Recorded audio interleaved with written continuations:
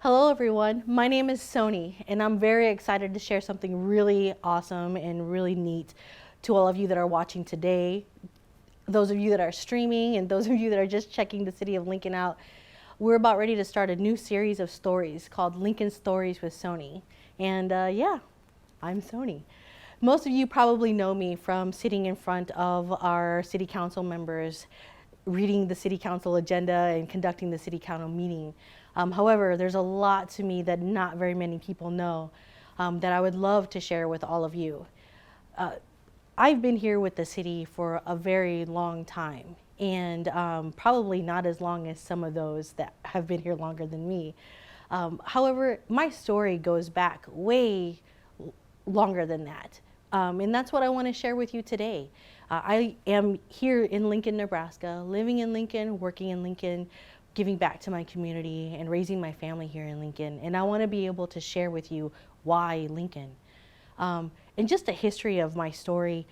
My parents came here back in 1980 and they immigrated here from Laos. Fleeing their country and fleeing their home to come here to the United States to seek refuge, and not really, they say, living the American dream or believing in the American dream, but it's in essence to survive and to live life and to provide the American dream for their family. And there's a lot of Lincolnites here that have a story and that want to be able to share a story. And that's what this series of stories is going to be able to do. We want to be able to bring to you stories of people here that work within the city. I myself, along with other city members and even other people in our community, those of us that have moved here from a different state, those of us that have come here from a different country, those of us that decided to come here for education and decided, hey, I'm going to stay and live here in Lincoln. So this is the first of many things that we're going to share with you. And I guess the best way to start the show off is to start with my story. Like I said earlier, my parents immigrated here from Laos back in 1980. My parents were from different types of families. My mom was more of a city town kind of lady growing up in a community back home in Laos, and my dad was more of a farmer.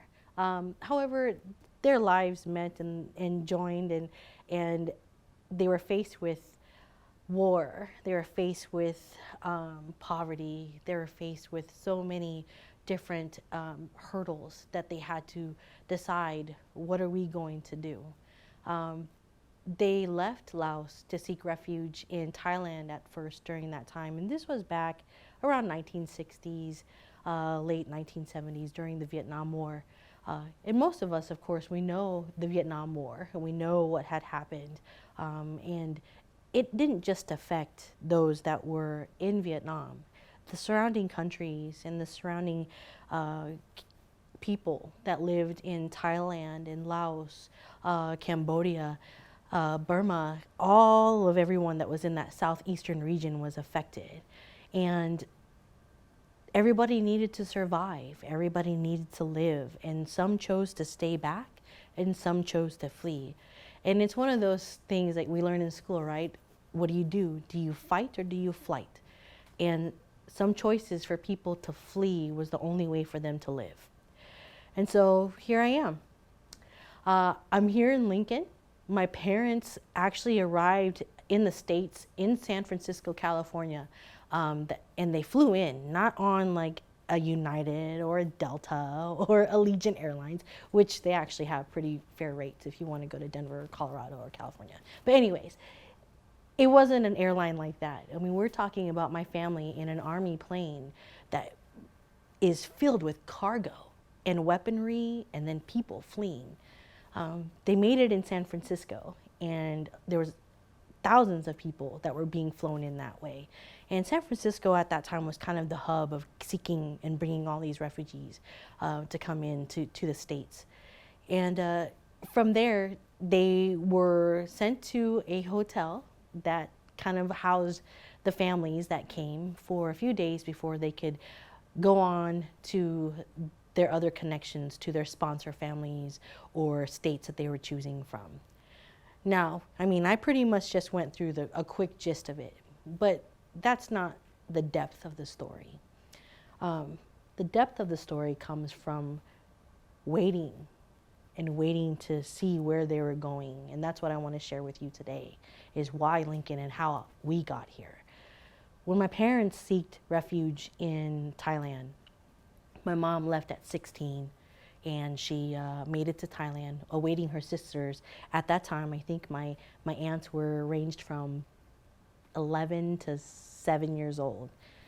My dad, a little bit older, was also seeking refuge, but at this time he was fighting. He was fighting for his life and fighting for his country, and slowly but surely, realized that he also needed to flee. Two different people, seeking refuge in Thailand and crossing a huge river called the Mekong River, which I don't know if you guys ever watched, it's I think a TV show that had a monster fish. And Jeremy Wade, he actually fishes these rivers and is pulling these gigantic fish out of this freshwater river. And I see this show realizing, like, my mom swam across that river. My aunts were hiding in a boat and pushing it along the river against police or government. If they would have gotten caught, they probably would have been killed. If they would have gotten caught, they probably would have been taken away. Whatever those people decided to do. My dad did the same thing, and we're talking about stories that my dad told me of how he had to survive as well. And I'm thinking Rambo. Man, he's sitting under there with the straw, breathing air, trying to not be detected because people were looking, for him. I mean, that was my father. And I'm not the only one that hears these stories. There's other people that have these stories as well. But that's what I think of, And to know that they made it to the refugee camp and then to stay there and wait. Like, where are we going? What are we going to do now? My mom and my dad get married. My mom finally gets my aunts. They find them. People are sneaking onto the camp, realizing like, oh, I hope I don't get caught and get mixed in with the people that were already there. Thousands and thousands of people, which I know there might be few of you out there, or maybe a lot of you out there that's watching this right now that says, I know because I was there in my time, or I know because my family went through that in my time. So after my parents being there, they go through the process of trying to figure out, where are we going to go next? What countries are we going to go to? We had missionaries that were there, from what my parents told me, at this camp. And it's in Thailand, it's Camp Unawanapung. Thousands of people in Thailand or waiting. And the choices were, if you were educated, you could speak to some of these missionaries and they would kind of help you. But they would help with religion, beliefs, with health, paperwork on trying to come here, trying to help you find sponsors.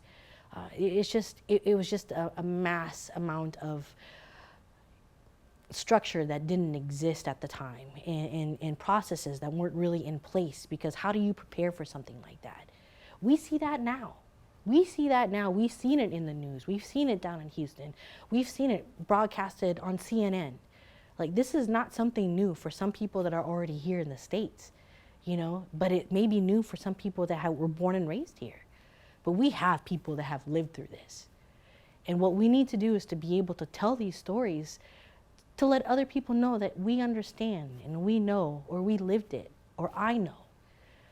And so to hear my parents go through this and to say, we had to go through this process. We had to be interviewed. We had to fill out paperwork. We had to prove to them that we were family. It's how do you cope and deal with something like that and still have faith and believe that you're going to be okay? I feel that it's really important for people to know these stories, because this is what makes people who they are, whether if it's passed down by generation and generation, or just one generation, or if it's just lived and that person just arrived here in Lincoln. We need to share these things with our friends and our family, our loved ones, and our community. We need to let people know who we are as Lincolnites. We need to be able to share these things openly, freely, and safely, Because all we were doing is telling our stories. So you ask, why Lincoln? Well, here's section part 2 of why Lincoln. My parents went through the interview process, and you had to go through stages. You had a white board, a red board, a green board. And so they would go to this bank and they would check the list to see if their names are on this list. And if you passed your interview stages, you move on and you move forward. My dad got lucky. He met this, I would say, a father. Excuse me if I'm incorrect, if that's wrong, but he told me it was a man that was a part of the missionary. And he said that it was John Tiger. Kind of like, yeah, Dad, you're making this up. But no, he's not. Seeing it in his face, hearing it in his voice, feeling it in his touch, holding my hand and telling me, this is how we got here. I will never forget that day. And keep in mind, I was probably 8 years old, the age that my son is now. But he told me John Tiger helped Daddy and Mommy. They became friends, and they talked, and my father learned more English, and he was helping with the missionary. And John Tiger told him, when you get to the green board, you tell the people that's interviewing you that you want to go to Nebraska. My dad's like, okay. I don't know why. Then he asked him, do you like corn? Strange question. Of course, my dad's like, what? You know, he knows what corn is, but had no idea where this was leading. But John Tiger told my father, make sure you tell them you want to go to Nebraska. A stranger, someone that was just there to help not just my father, but all of those that was seeking refuge. And so my parents go through these stages, and they do get to the time where, hey, we're on the green board. So they interview, and they ask my dad, where do you want to go? Canada? Germany? United States? Dad says Nebraska. They're like, okay, it's United States. So he blindly trusted this man with the life and likelihood of my father, my mother, my uncle, my 3 aunts, of where they're going to go.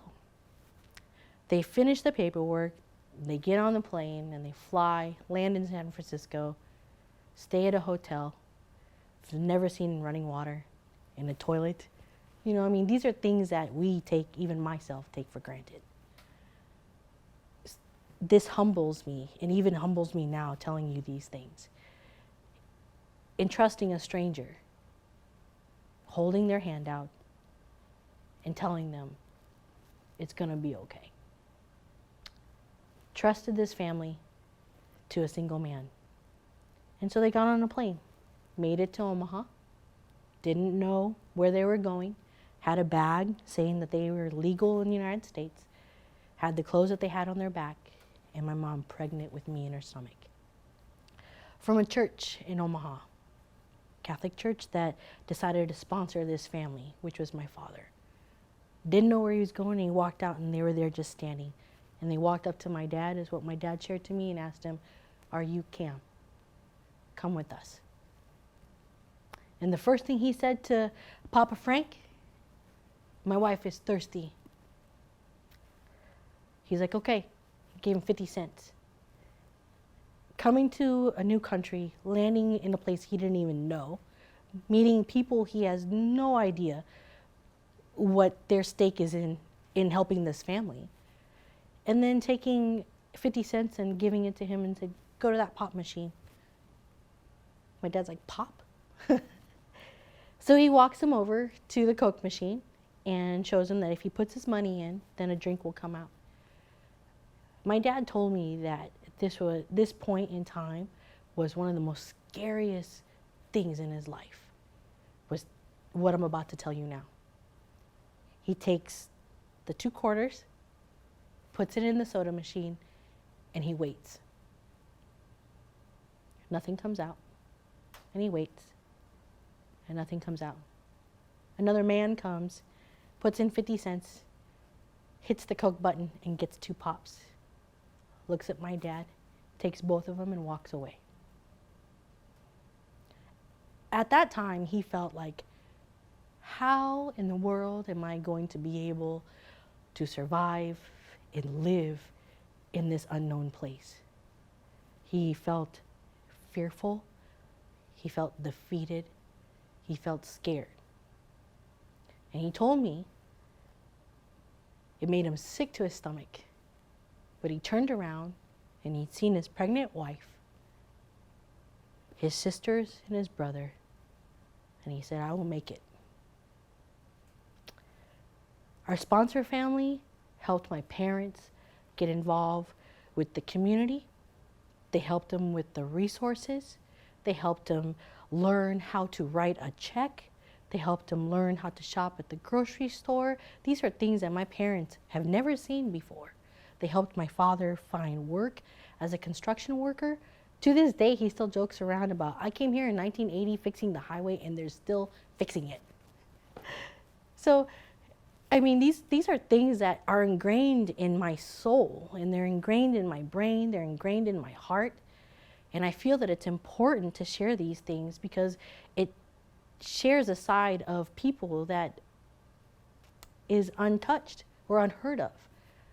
I feel that it's needed in our community, and I also feel that it's needed for every individual to be able to know the other people that are around you, because we're a lot similar than what people may assume or think. This family that took our family in graciously helped set the roots here in Nebraska.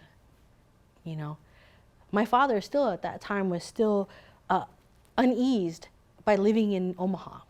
I mean, it's still not comfortable for him, and he was really looking for work. And the construction work wasn't enough, so he's looking for something else, and someone told him about a meat packing factory, you know.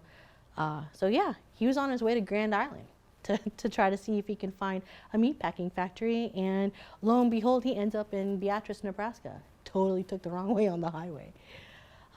So he ended up in Beatrice, and he ran into a man that was able to help him and give him some direction. You know, he's like, well, you're far from where you need to be, sir. So my dad runs into Beatrice, a smaller town.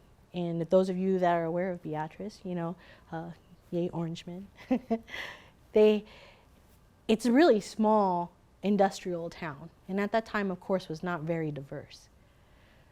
Now, being afraid of being in a new country and then being in a city, he now has placed himself in a smaller community where he is completely the minority. But to him, he was like, I'm going to survive. The man, just like Mr. Tiger, to this day I have no idea who it is, helped my father and said, hey, there's Storecraft. It's a factory. They're looking for work. So my dad tried, and he got hired, and he worked at Storecraft. Moved our family down to Beatrice, Nebraska. I grew up there. My parents still live there now. They've raised 3 wonderful kids. We all graduated, and we moved on to our current professions. I never thought that I would be here today working in Lincoln. I never thought that I would have an opportunity to be able to even work in a government office or even be where I'm at now. I've moved around and I've gone to other cities and I've lived in many places, experienced many things, good and bad. And the one thing that's always stuck with me is the dedication and the hard work that my father had instilled in me, not by watching him work endless hours to be able to provide for his family, or watching my mom roll hundreds and hundreds of egg rolls to sell at work because everyone loved her egg rolls, so we can make a little extra money so we can go ahead and buy that school book or that yearbook or those pair of Nikes that we couldn't afford for her kids. You know, it's those things and those stories that my dad told me about not being able to get Coke out of the pop machine, about crossing the Mekong River, about getting shot at, about being scared to be in a new country. Those things is what drives me. I know that with hard work and dedication, a lot of things can be achieved. But without love and compassion, those things cannot be achieved to its fullest. And I feel that these stories that we're about to share with you, with the people in our community, with the people that are here, the people within this building, the people that are behind these cameras, you gotta know us. And we're so excited to know you guys. And this is what we wanna bring. I'm not just the city clerk sitting there reading council minutes, you know. I decided to stay here in Lincoln for a better cause. To be able to be that person for someone that was like me, or for a family that was like my family, for friends that are struggling and not knowing how to balance certain things in their own lives. You know, it doesn't have to be about one thing or another. To me, and to what I want to bring to this, and what I hope others can bring to this, is about, let me get to know you. Why don't you get to know me? Let's say why Lincoln, and let's bring this community better stories of those that are here, of Lincolnites, and we can share. Because without being strong together and without compassion and love for each other, we're not going to get anywhere. And I truly believe inside that that's not what we want. So we're super excited to bring these set of stories to you. I can't wait to be able to go out there to the community and be able to meet some of these awesome leaders, some of these business owners, some of this talent, some of these children, some of the people that are unspoken of, to show you what Lincoln is about. This is going to be a remarkable thing. So I hope that you enjoyed my story today. I hope that someone took something from this story today. And I hope that you come down to the city council meetings and come see us here. Come meet me. I would love to meet more and more people in the community. And let us be helpful with each other. What can we do for each other? What can we do for Lincoln? I'm excited to share this with you. So I hope you tune in. I hope you follow us. I hope you check out all the different things that we're going to bring to you.